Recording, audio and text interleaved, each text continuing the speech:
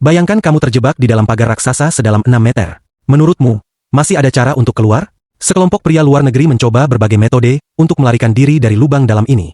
Dindingnya berbentuk oval, permukaannya licin tanpa pijakan, ditambah desain tepi yang aneh. Bahkan dengan berlari sekuat tenaga, mereka tetap tak mampu menjangkau bagian atas. Karena bagian tengah mustahil, mereka mulai mencari peluang dari sisi lain. Salah satu pria mencoba memanfaatkan lereng kecil untuk berlari dan melompat. Berkali-kali dicoba, tapi jaraknya masih terlalu jauh.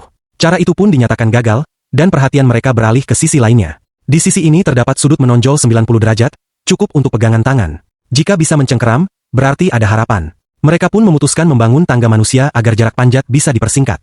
Biasanya, anggota terkuat berdiri paling bawah sebagai penopang utama, menahan berat tubuh yang lain. Orang-orang ditambahkan satu persatu, sementara dua rekan lain membantu dari samping. Jack mulai memanjat dengan hati-hati, menginjak bahu temannya dan merayap naik perlahan hingga akhirnya menyentuh tepi atas. Namun saat hendak menarik tubuhnya, cedera lama di lengannya kambuh, memaksanya mundur. Setelah berdiskusi, giliran Tom mengambil alih. Berbekal pengalaman sebelumnya, ia berhasil naik dengan lancar. Kemudian mereka mencoba metode lain, ketapel manusia. Beberapa orang saling mengaitkan lengan sebagai tumpuan, lalu satu orang dilontarkan ke atas. Percobaan pertama gagal karena kurang kompak, tapi akhirnya berhasil juga. Kini tersisa 4 orang di bawah. Dengan 2 rekan sudah di atas, Ethan mencoba berdiri di bahu temannya agar bisa meraih kaki rekan di atas. Sayangnya, ia hanya sempat menarik sepatu, jelas belum cukup kuat.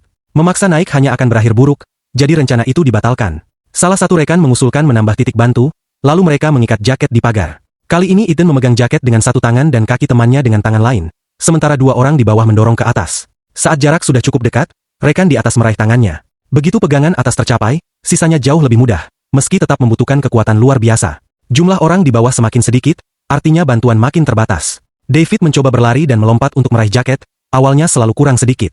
Setelah beberapa kali mencoba, akhirnya ia berhasil menyentuhnya. Masalahnya, tak cukup kuat untuk bertahan. Solusinya, menambah 1 jaket lagi. 2 jaket itu berubah menjadi semacam tali. Dengan fisik yang kuat, David akhirnya berhasil memanjat keluar. Kini hanya tersisa 2 orang. Mike mencoba masuk ke saluran pembuangan untuk mencari jalan keluar lain. Namun setelah beberapa langkah dalam kegelapan yang sunyi, rasa takut menguasainya dan ia kembali. Tak ada lagi cara yang tersisa. Akhirnya, 2 orang itu tetap terjebak di dalam lubang, menghilang dalam keheningan malam yang panjang.